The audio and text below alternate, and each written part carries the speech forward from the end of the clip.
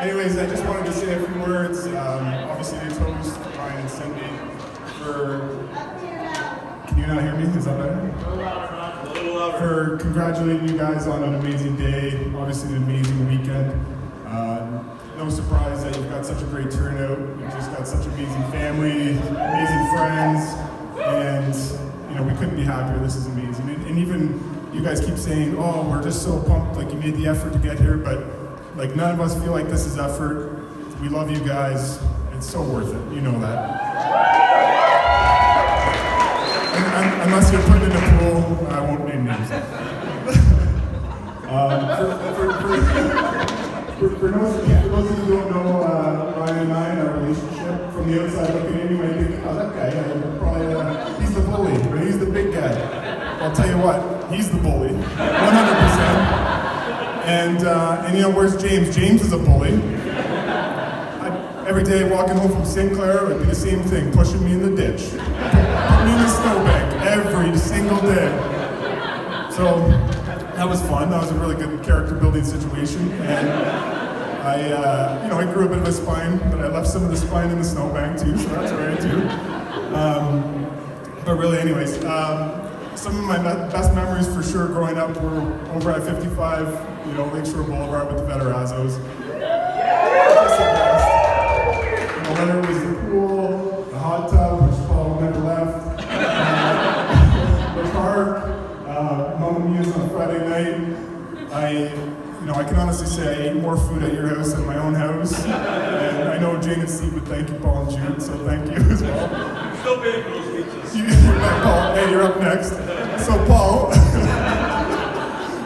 big thank you to you because I've always wanted to start a brewery, and I've told my friends, I was like, I just love beer, and I want to start something creative, and really, I want to do it because I want to do anything in my power to avoid the shit beer that you gave us growing up. So much appreciated. And, to Chris and Nick, like, you guys, like brothers to me, and for the whole Veterazzo family, thank you so much for everything. You really were a second family all the way through. And Paul and Jude, you guys are so generous, and just love you guys so much. We love you too, Adam. Thanks, Jude. Cindy, congrats. You look absolutely beautiful. You're an absolute gem. Like we've all been talking. You bring so much personality, and your attitude's incredible. And if we could all just take a piece of that, we'd be better people for it.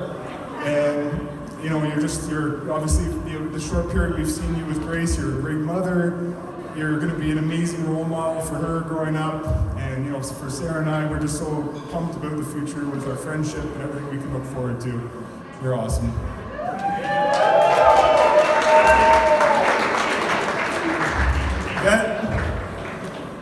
I couldn't ask for a better friend, buddy. And not often you get a mic and you talk about your oldest friend in the world, so that's pretty cool. And obviously we're super fortunate. We got such a great, close group of friends. And I mean this with respect. Of course, you're one of the last people to get married, and you actually got engaged before any of us were married. But I can speak for, I think, everybody. It was totally worth the wait, obviously. This is just amazing. We're having a blast. It's just getting started. But with all the weddings we've been to, there was one common theme, and it was you. You were in every single wedding party. You were a best man in so many of them, and that's pretty incredible in itself. A best friend to so many people, and I think that speaks to your character. It's pretty incredible. I think it's pretty fair to say that you're the smartest guy I know, or person in general. There's no doubt about it, and that says a lot because we got a doctor in the crowd. Kim, take a bow. But just for the record, he's an academic. It's not medical. But that being said, you probably lack a bit of street smarts too, and I think you could probably talk to the basketball-sized goiter under Torres's eye from the alleyway. But I think you owe him a comeback on that. Hey, that could be continued for sure. But for real, man, you can do it all. You're kind of like a Swiss Army knife. But you're Italian, so it's like an Italian Army knife. That's kind of cool. That didn't really strike very well. I'll take that. bring so much to the table. And aside from that magnificent brain, I've never seen somebody blow up people in the flats like you did for football. You went in with reckless abandon, didn't give it a second thought, and you could back it up with toughness. And I just loved growing up with you, playing sports with you, against you, and of course the university. That was pretty special. And now with that said too, I even appreciate that much more just being here. And again, I know I'm dragging out a little bit, but you're not only married to this beautiful bride now you're obviously an incredible father to your beautiful daughter, Grace. You check all the boxes, man. You really do. And I can't picture anything I wouldn't do for you, but I know you would do everything, you'd do anything for your family and your friends as well. And I guess I can't think of any other way to wrap it up but say, where would you rather be, man? So anyways, if we could just do a toast to Cindy and I. Love you guys. Congratulations. Good one, Adam.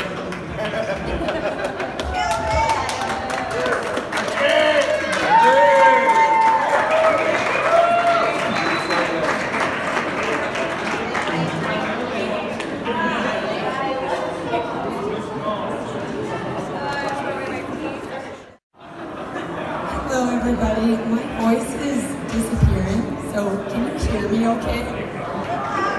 Okay, I'll really talk loud into the mic here, and hopefully you can hear me.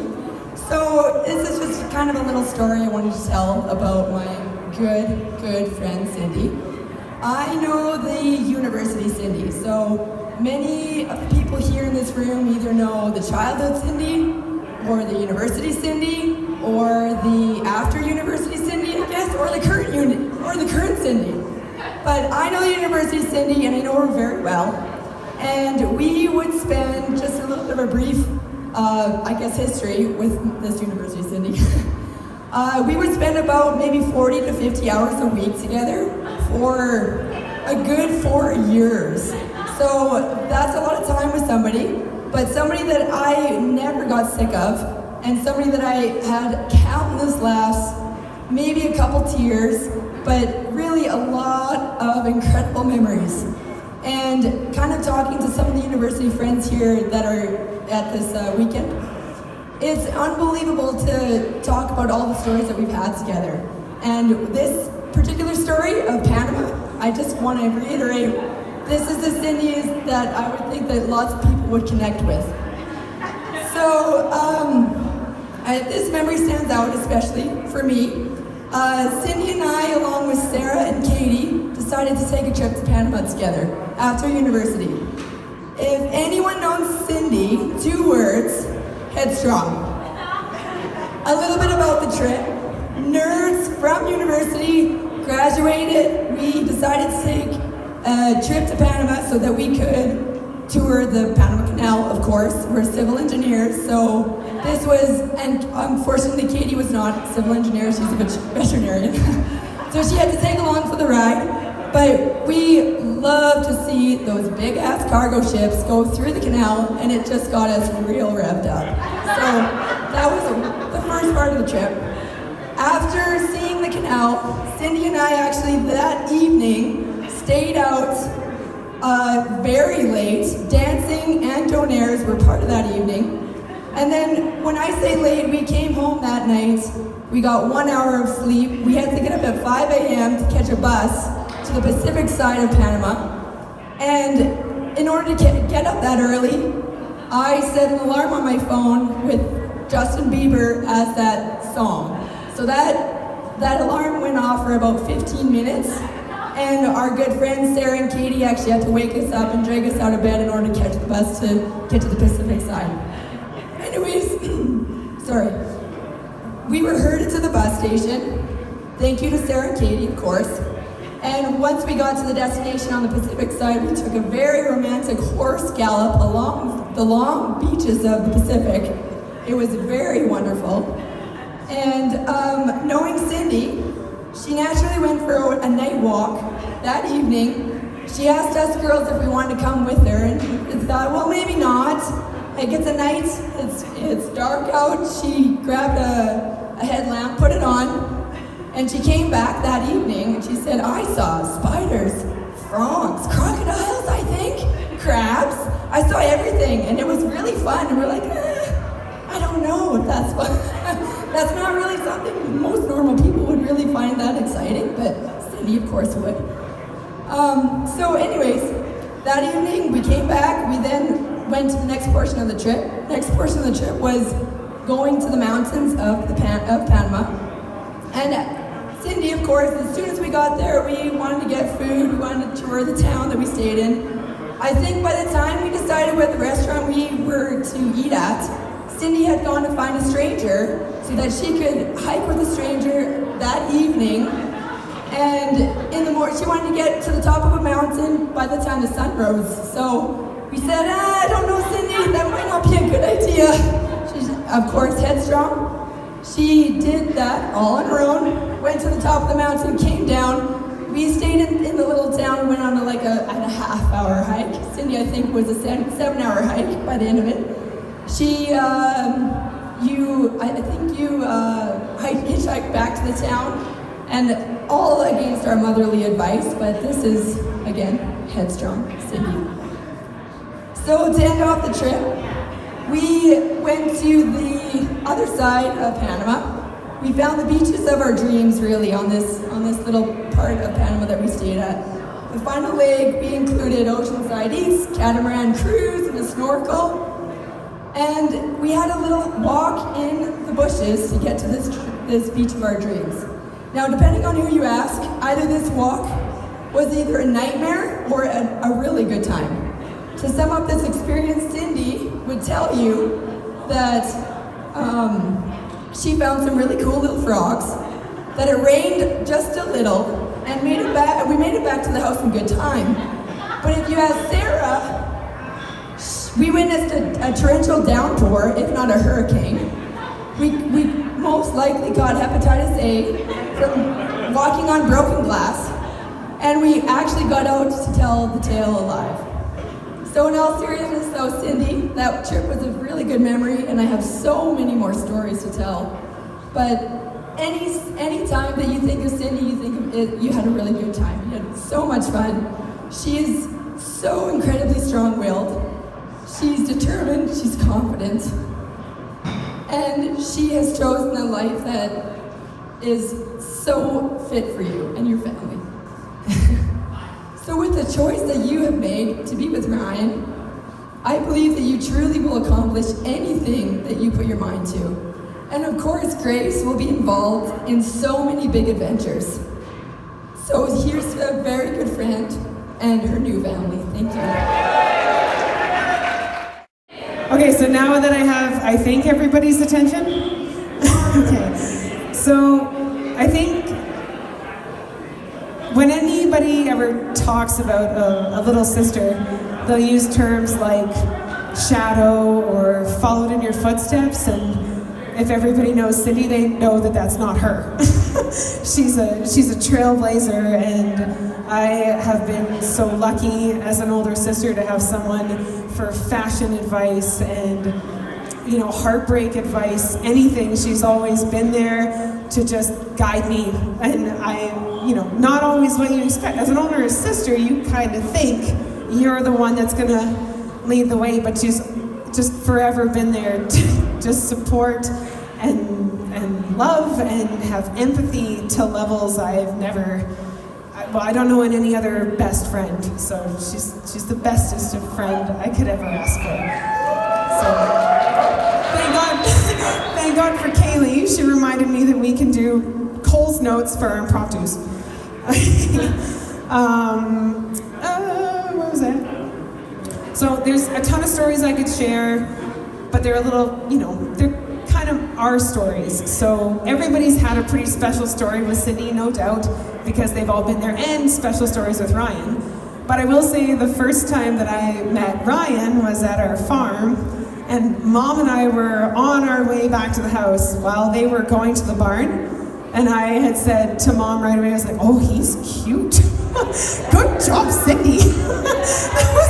And I realized like how like shallow level that is, and he has just shown so many layers beyond that for us, and how beautiful to meet his entire family, to Jude and Paul and Nick and Chris and Sam. You guys are just such, I you're such big parts of our lives now, and we're happy to have you and every other family. I could try to name all of you. I've really got to know a few of you over the last couple days, and just the love you have for these two incredible people in my life is, just watching that is a real blessing, because it's such a testament to what they give to everybody, not just family, but you guys are all family. You're as the equivalent of, when Cindy said it, you've been handpicked. She's never taken anybody for, any less than someone of quality. And if she isn't spending the time on you, you're just not worth it. So everybody here, she'll never mince the words. And bless her for that, because she has such a great filter for people that are worth their time. It's just the most beautiful quality she has. One of the most beautiful qualities she has. And now I have a niece, so I'm ecstatic. Bringing Grace into our lives has been also just an incredible blessing. So on that note, whoever has a drink still, I hope you're all still drinking. Okay, so I'll get to offer a toast to Cindy and Ryan and the communion of our families. Woo! And I'm going to give it to Kaylee, who's, thank God, up here with me, because I'd probably be too nervous by myself. Don't leave me, Kelly, stay. Hi everyone, I am Kaylee.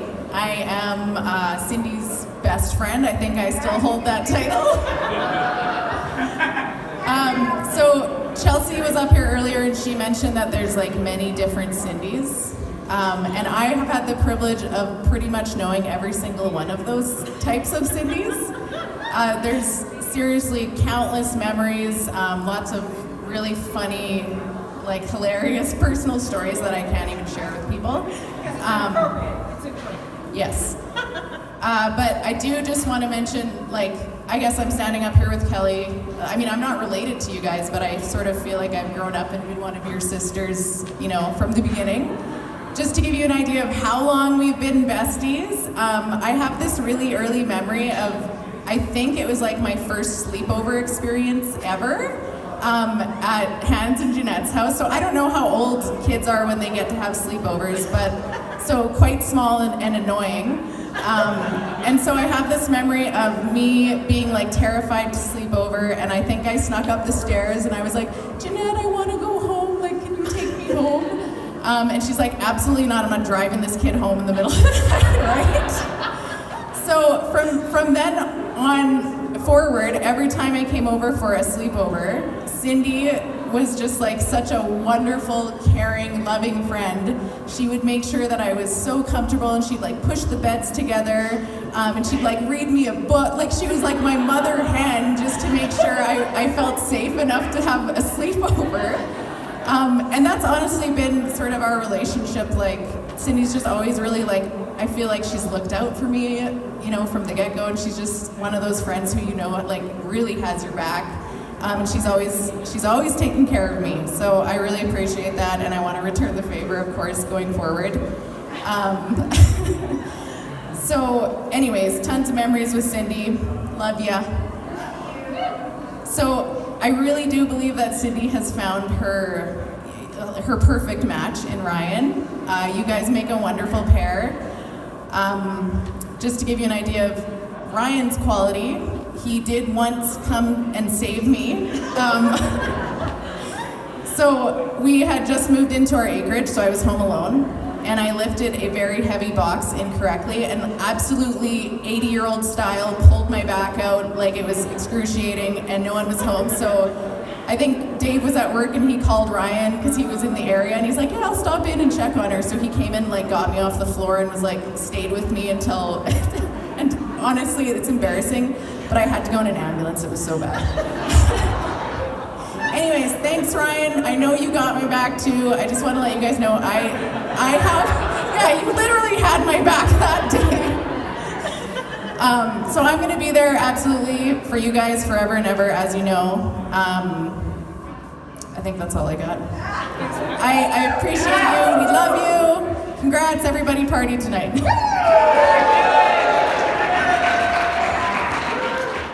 I'm Ryan's older brother, the original Betty.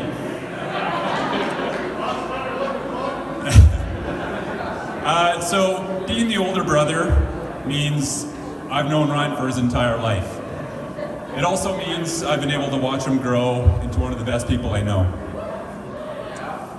Ryan and I are pretty close in age. In fact, we're born about 18 months apart. So being so close in age, we grew up together. We were like partners in crime. We played together, we competed together, and we fought together. The other night, we were visiting Ryan and Cindy and Fernie, the family, and around the dinner table, the discussion changed to what Ryan was like as a child. Some of the words that were bandied about were troublemaker, bad, logical, and I always said that I always considered him to be really tough. Now I do agree he is very logical, but I don't know if I agree with those first two words. So after we cooled Cindy down when she got herself a little too turned on, thinking she was about to marry a tough, troublemaking bad boy, I gave it a little more thought, and some of the things I think describe Ryan growing up is his endless sense for adventure, curiosity, and never say no, daredevil attitude. So looking at him now, I think Ryan still displays a lot of those same traits, only more now with more maturity, wisdom, and thoughtfulness. So being such a great guy that he is, it's no surprise that he's found somebody as amazing as Cindy. So Cindy, you're a beautiful person. I can imagine, and I think I speak for our whole family here, nobody else who we could imagine joining our growing family and becoming a wife to Ryan than you.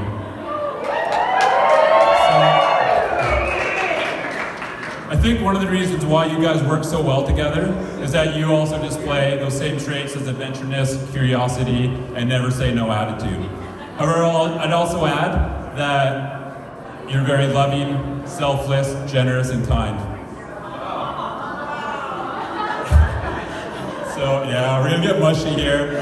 So yeah, as we're here to celebrate you guys tonight, it made me stop and think, what are some of the secrets to love or marriage? So when I gave it a little bit of thought, I basically came up, there are no secrets, but one thing I did come up with is that when you decide to share your life with somebody you love, you don't just grow old together, you're supposed to grow happier too. So it makes me happy to see that this is true for your relationship. So let's raise our glasses and cheers to Ryan, my brother, Cindy, my new sister, your togetherness and your happiness. Thanks, guys.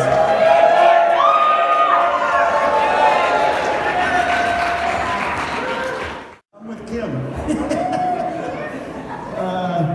Thanks, Cindy, for making me A-list. That's awesome. Glad to be here. I met Cindy at Nordig when she was about the same size as Grayson. And there wasn't many of us lived at Nordig, Hans and Jeanette, Kim and I. We had two girls, so we naturally got along and changed a lot of stories. And we're going to get these two girls to where they are today. I also wanted to, my two girls, Andre and Ashley, send their love and congratulations.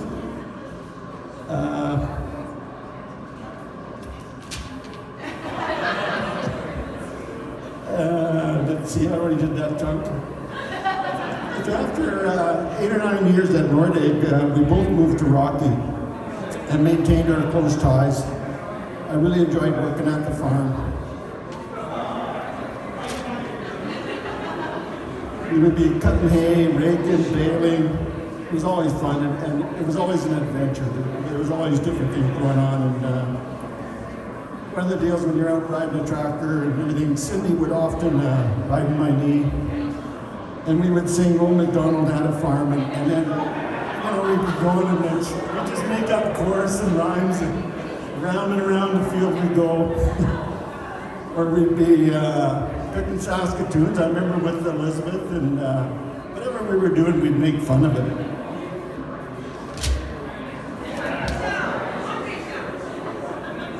So we, at the farm too, we had a garden there, and we're always doing stuff, and lots of animals. There was a sheep, the cows, ducks, geese, and of course the horses. And Cindy was quite the gal with horses.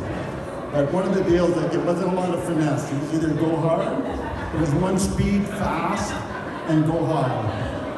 If it didn't go fast and high, uh-oh. But anyway, the other deal too that was the funniest deal that I gotta tell you the story was Cindy for some reason could touch the electric fence. And it wouldn't really bother her too much. And Johnny the sheep, he was a bad little bugger. He would hit us, and when you weren't looking or paying attention, he'd hit you right in the hip and knock you flying away. But Cindy one day, when the sheep was sneaking up to her, she put her hand on the electric fence, and when Johnny got close, she arced and it zapped him right in the nose. There was a streak of blue flame, and that's it. Johnny never touched Cindy after that. But I tell you, he still got the rest of us. Like, she didn't know how to deal with them.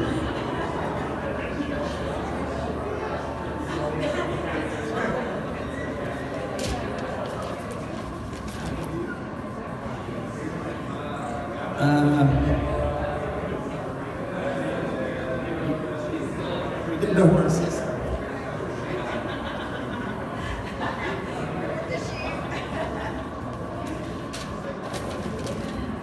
Oh, this is a good little story. Cindy and deer. Well, you know, after, 10, 11, and 12, the deer were little Bambis, cute and everything, and finally Cindy got a car. And she used to have to go from the farm to Rocky, and a deer ran into the car and banged it up on her. So, it was a downer, and then she was out the car, pay a deductible. But anyway, a couple months later, another deer hit the car. Uh-oh. And after that point, I was given the green light to pretty well shoot any deer between the farm and Rocky. Bambi all of a sudden was the most evil deer that existed in the world. And it was payback time.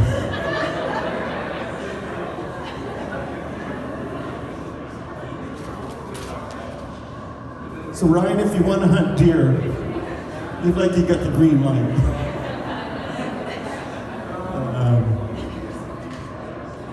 Sydney and paintball. That was another one. Like, often hands was away, and we always filled in with the girls and helping out. So Sydney and Kelly, they were at camp, and paintball. You had to have your dad show up or somebody to fill in. Me. And it was the guys against the girls. Well, these guys, when you look at Cindy, who's going to shoot her with a paintball? Me, I was open season. There was like a bullseye painted on me. So I tell you, I had welts all over me after that deal.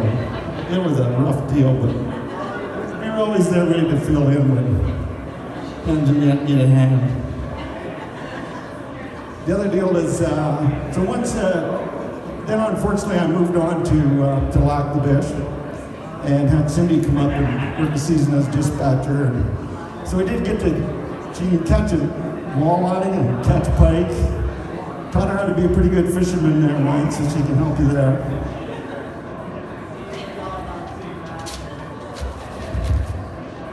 Oh man. So the other deal too is, like Hans and Jen was married 40 years, Kim and I also over 40 years. So if you ever get in a jam, we've got a lot of tips to help you out there. But I tell you a couple of things.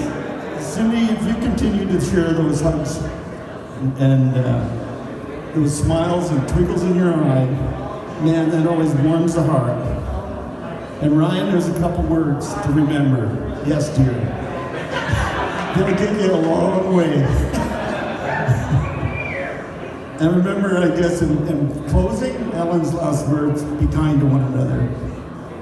Thanks.